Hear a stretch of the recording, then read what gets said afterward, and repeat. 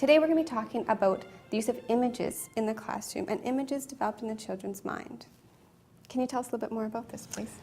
Okay, well, if you think of the kinds of things you remember from your own life, usually you'll remember much most vividly those things that you can capture an image about that has an emotional charge to it. Now, nearly everything we teach in the curriculum similarly has some kind of emotional content that has images attached to it. And the trick for the teacher is to be able to capture those images in their teaching so that the child's imagination and the child's emotions also will be caught up in what they're learning. Okay.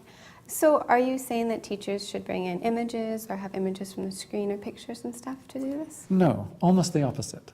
That I think we maybe overuse pictures. What we're talking about here is trying to create ways in which the teacher can use words to stimulate images in the student's mind, and those images will be the student's images.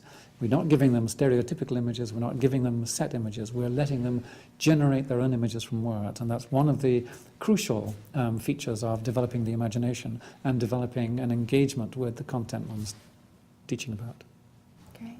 Is there an example you can think of that you've seen? Well, recently, for example, I was in a classroom where the teacher was introducing the topic of whales to, not Wales the country, but whales the big animals, to second grade kids. And instead of starting with the usual way in which people try to give a sense of the size of whales, you know, showing a picture of the whale and a picture of the human being next to the whale, she started by talking about the whale's heart and saying the heart of a whale is about the size of a small car.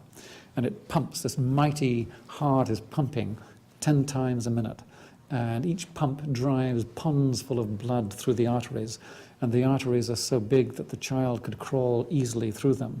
And somehow you could see the kid's eyes astonished at the sense of the scale and this mighty heart beating away. And they clearly then became emotionally charged to find out more about whales. And you could see the energy and the imaginative engagement and the scale of these enormous creatures and vulnerable creatures. Thanks, Kieran. For more information on how to use images to engage children's imaginations in various topics, you can go to the Imaginative Education Research Group website.